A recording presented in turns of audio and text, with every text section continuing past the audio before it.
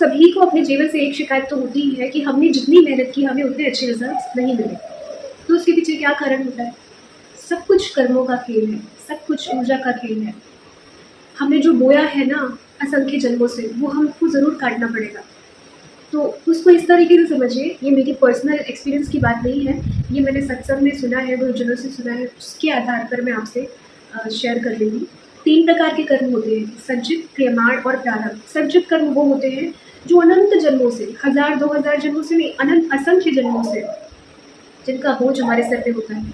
अब आप कहेंगे क्या हम असंख्य बार पैदा हुए? हाँ, आप किसी न किसी योनि में इतनी बार जन्म ले चुके हैं, तब जाके ये दुर्लभ योनि आपको मनुष्य योनि प्राप्त हुई है। और पुराने जितने भी आपने जन्म लिए हैं, तब से जो कुछ भी कर्मों का शुभ-अशुभ जो भी कर्म आपने किए हैं, उसका हिसाब-किताब अभी तक पूरा नहीं हुआ है। तो उस संचित कर्म का जो बहुत बड़ा गोदाम है, भंडार है, उसमें से कुछ हिस्सा आपको इस जन्म में भोगने के लिए दिया गया है, क्योंकि भाई उतने जन्मों का तो एक जन्म में भोग नहीं सकते, तो थोड़ा सा हिस्सा इस जन्म में भोगने के लिए दिया गया है, उसे कहते हैं प्रारब्ध, जो इस जन्म में निश्चित है, निर्धारित किया गया है आपके भोगने के लिए, आपके शुभ अशुभ कर्म। अब आती है बात क्रियमाण की। क्रियमाण क्या होता है? अभी जो आपको इस शरीर दिया गया है, वर्तमान में इस शरीर से आप जो भी कर्म कर रहे हैं, वो आपका क्रियमाण, मतलब आप क्रिया करके जो भी बना रहे हैं, जो भी कर्म कर रहे हैं, वो हुआ आपका क्रियमाण कर्म। तो कैसे बचे? अब उतने सारे असंख्य जन्मों का अगर हमारे ऊपर इतना भंडार अगर हमारे सिर पे फूटेगा, तो कैसे हम निकल पाएंगे इससे? कैसे हम प्रारब्ध को सह जाए या टल जाए, या कैसे इसको वहन करें? तो ईश्वर तो कहते ही है कि योगक्षेम वहां हम।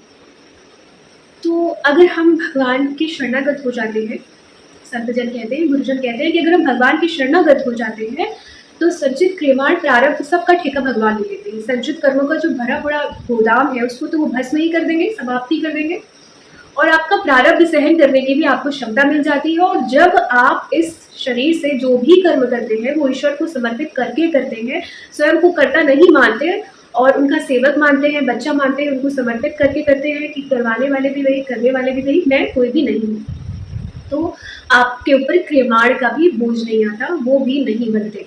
तो इस तरीके से आप ये कर्मों का जो खेल है, इसको समझ सकते हैं, बच सकते हैं और अपने जीवन में आगे बढ़ सकते हैं। अब आई बात कि प्रारब्ध को कैसे सही। कई बार हमें भोगना भी पड़ता है, कई बार भक्तों का जो होता है वो माफ़ भी हो जाता है, तो उस कोटि के तो हम शायद ही बन पाएँ, पर हम ये कर सकते हैं कि 3-4 ऐसे उपाय बताते हैं गुरुजन, जिन्हें करने से प्रारब्धों से भी बचा जा सकता है। या थोड़ा-सा जहाँ पे मान लीजिए प्रारब्ध में पैर कटने को लिखा हुआ है, वहाँ पे छोटी सी उँगली कट जाएगी, तो मतलब हल्के में वो निपट जाएगा, निकल जाएगा।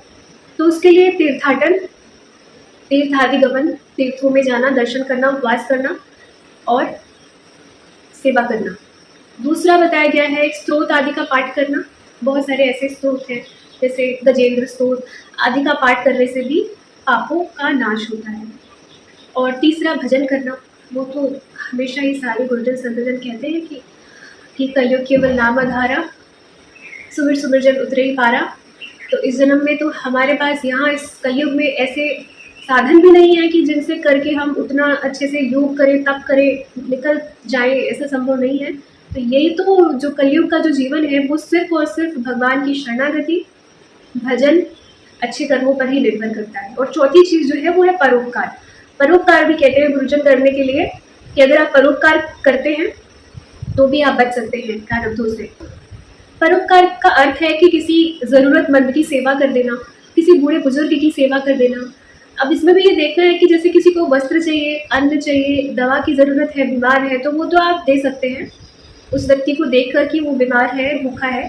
पर अगर कोई व्यक्ति पैसे देने हैं किसी व्यक्ति को या किसी जगह पे, और अगर उन पैसों का गलत उपयोग होता है, मान लीजिए आपसे किसी ने पैसे मांगे और उसने जाके शराब पी ली या कोई नशा कर लिया, तो उसका अपराध आपको भी लगेगा। इसलिए बहुत सोच समझकर गुरुजन कहते हैं कि कर्म भी करने चाहिए, परोपकार भी सोच समझकर करना चाहिए कि आपका दिया हुआ धन या आपका किया हुआ जो भी कार्य है वो सही चीज़ में ही लगे।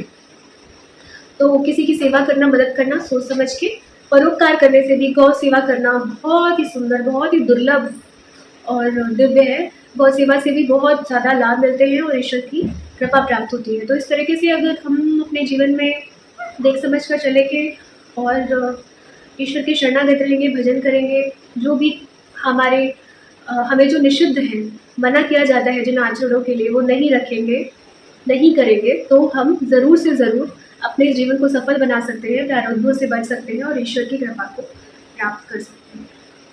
धन्यवाद। ओम शांति।